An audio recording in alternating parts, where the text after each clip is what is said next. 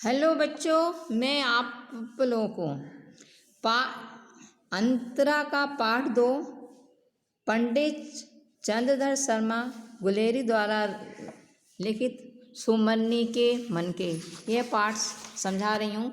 जिसमें इस पाठ में मैंने आप लोगों को बताया था, इस पाठ में 3 निबंध हैं। बालक बच गया, घड़ी के पुर्जे और ढेले चुन लो।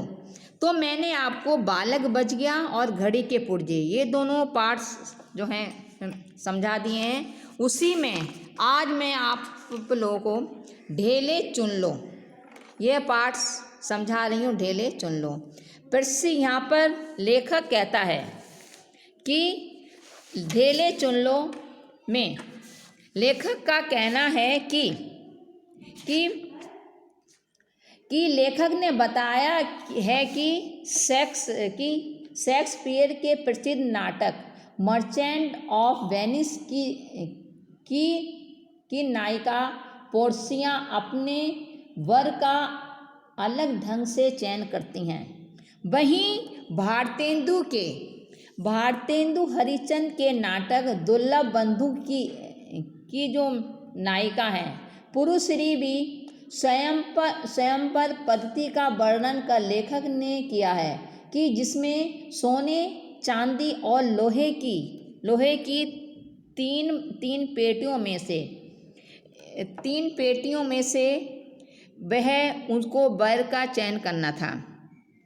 उसमें कि दुर्लभ बंधु के पुरुश्री के सामने एक सोने की, दूसरी चांदी की, तीसरी लोहे की और तीनों में से किसी एक में उनकी प्रतिमूर्ति थी। स्वयंवर के लिए जो आता उससे कहा जाता कि उनमें से कोई भी एक का चुन लो।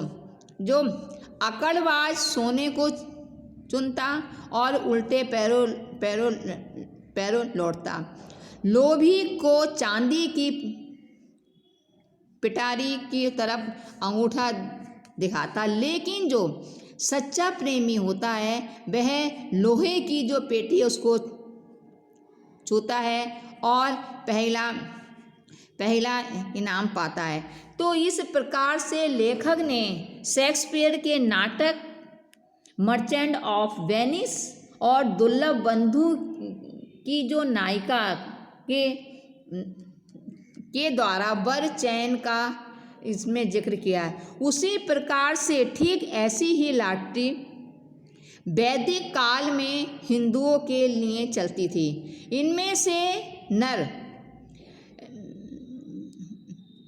पूछता था नारी को बूझना, क्योंकि कोई भी नर स्नातक विद्या प्राप्त करके नहा धोकर माला पहनकर और किसी बेटी के बाप के यहाँ पहुँच जाता था और पहले उसे गाय भेंट करता था। पीछे वह कन्या के सामने कुछ मुट्ठी में मिट्टी के ढेले रख देता था और कहता था उनमें से एक को जो है उठा लें।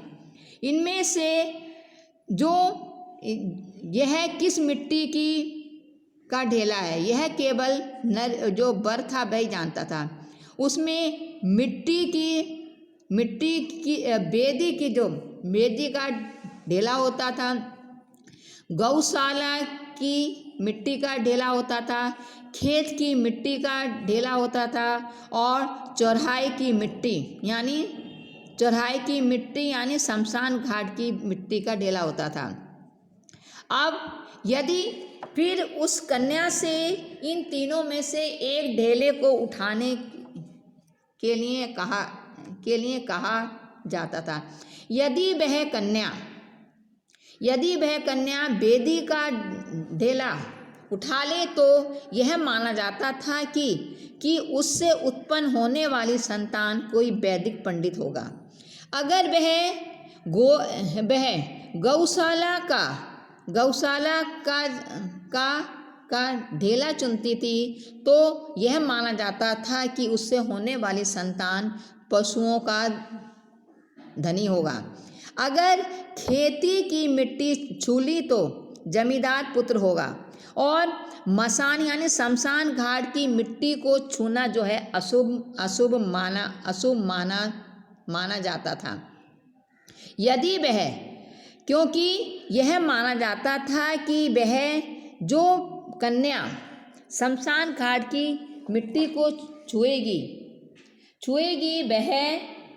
वह शमशान घाट के समान घर को जो है जला देगी, और इस वह कन्या का कभी कि यदि वह न्यारी ब्याई जाएगी तो घर शमशान घाट जो है हो जाएगा, जन्म भर जलाती रहेगी। यदि एक नर के सामने शमशान की भूमि को छू ली तो उसका अर्थ यह नहीं होता था कि उस कन्या का कभी विवाह ही नहीं होगा, किंतु अगर वह कन्या किसी दूसरे नर के सामने बेदी का ढेला यानी और किसी मिट्टी का ढेला छू ले तो उसका विवाह होता था।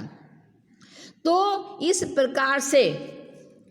प्रकार से जो है मिट्टी के ढेलों के ऊपर वर और कन्या का स्वयंवर होता था। जैसे वैदिक काल में ढेले को छुआकर पत्नी बनन करते थे, अब आप कह सकते हैं कि जीवन भर के साथी का चुनाव मिट्टी के ढेलों पर छोड़ना कैसी बुद्धिमानी है। अपनी आँखों से जगह देकर अपने हाथ से चुने हुए माटी के ढेलों पर भरोसा करना क्यों बुरा है। अब यहाँ पर लेखक का कहना है कि आज का कबूतर कल के मोर के समान है। आज का पैसा अच्छा है कल के मोर से। आंखों देखा ढेला अच्छा ही होना चाहिए। तो इस प्रकार से ढेले चुनो निबंध में लेखक ने ढेलों के द्वारा पत्नी बनन का चयन किया है। तो इसी से संबंधित प्रश्नोत्तर हैं जो मैंने आप लोगों को इसमें से करने हैं। इसमें पहला प्रश्न है कि वैदिक काल में हिंदुओं में जैसी लाठी चलती थी जिसका जिक्र लेखक ने किया है। वैदिक काल में हिंदुओं विवाह के संबंध में हिंदुओं में यह लाठी चलती थी कि वधू से वर कुछ प्रश्न पूछता था और वधू उसका उत्तर देती थी, किंतु बाद में इस लाठी में संशोधन हुआ। वर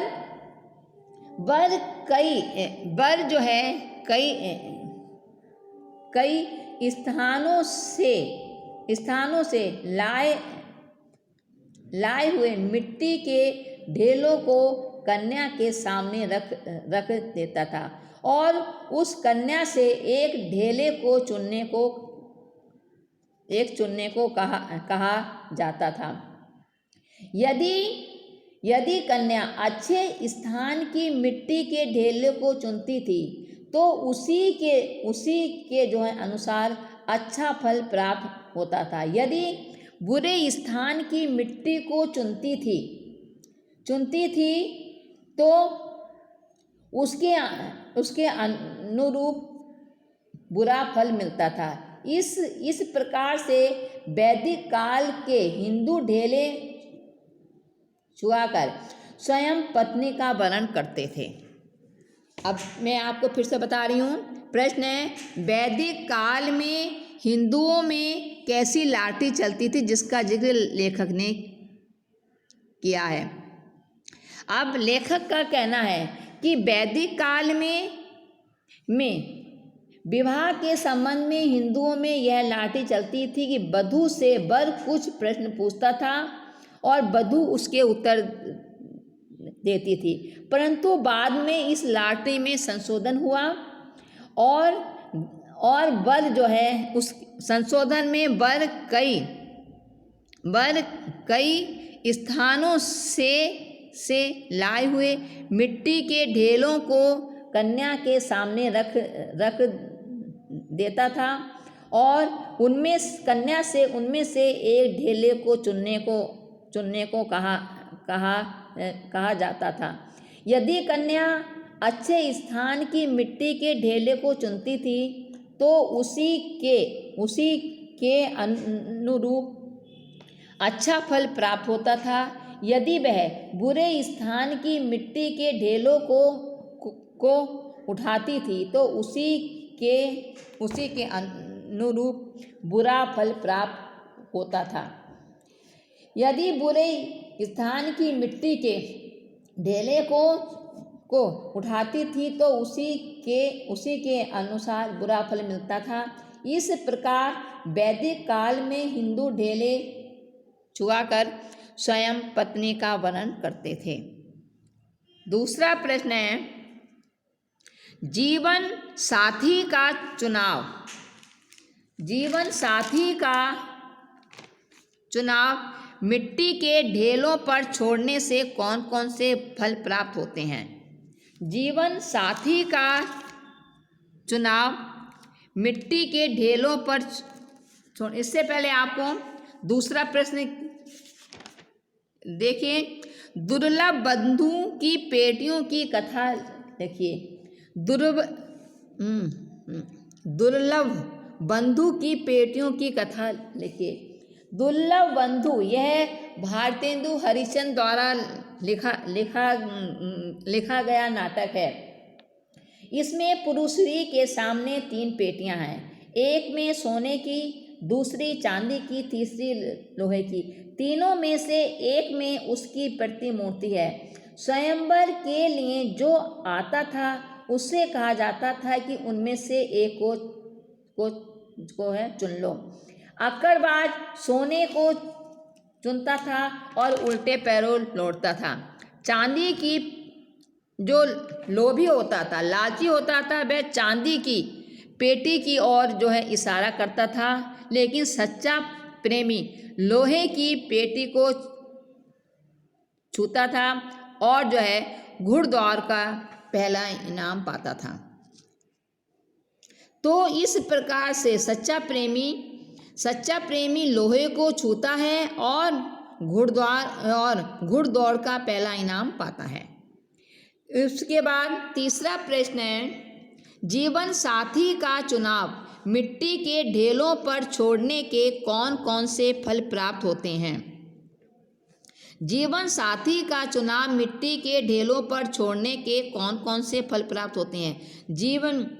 जीवन साथी का चुनाव मिट्टी के ढेलों पर छोड़ने के निम्नलिखित फल प्राप्त होते हैं। पहला है, यदि वेदी का ढेला हो तो संतान वैदिक पंडित होगा। दूसरा है, अगर गौशाला का ढेला चुना तो संतान पशुओं का धनी होगा। तीसरा है, खेत की मिट्टी छूली तो जमींदार पुत्र होगा।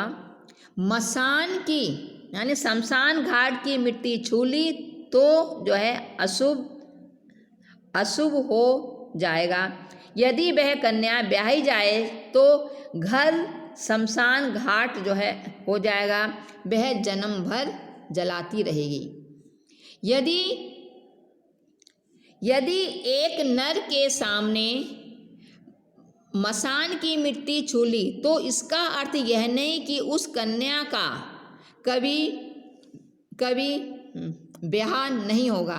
किसी दूसरे नर के सामने यदि वह वेदी का ढेला उठा ले तो ब्याही जाएगी। कहने का तात्पर्य है कि अगर एक कन्या किसी एक वर के सामने किसी शमशान भूमि का ढेला मसान की भूमि का ढेला उठा लेगी तो इसका तात्पर्य यह नहीं है कि उसका विवाह नहीं होगा। अगर वह दूसरे नर के सामने क्योंकि जो आएगा अगर वह शमशान का ढेला अगर उठाती है तो आने वाला व्रतों से विवाह करने को राजी नहीं होगा, तो वापस लौट जाएगा। अगर फिर वही कन्या अगर दूसरा नर आएगा उसके आगे उसको, और वह दूसरी मिट्टी का ढेला अगर उठा लेगी तो वह ब्याही जाएगी। तो इस प्रकार से मैंने आप लोगों को ढेले चुन्नों यानी चंद्रधर शर्मा गुलेरी द्वारा जो लिखित तीनों पाठ हैं, तीनों निबंध हैं, मैंने आप लोगों को जो हैं समझा दिए। इसके प्रश्नोत्तर भी मैंने आप लोगों को समझा दिए हैं।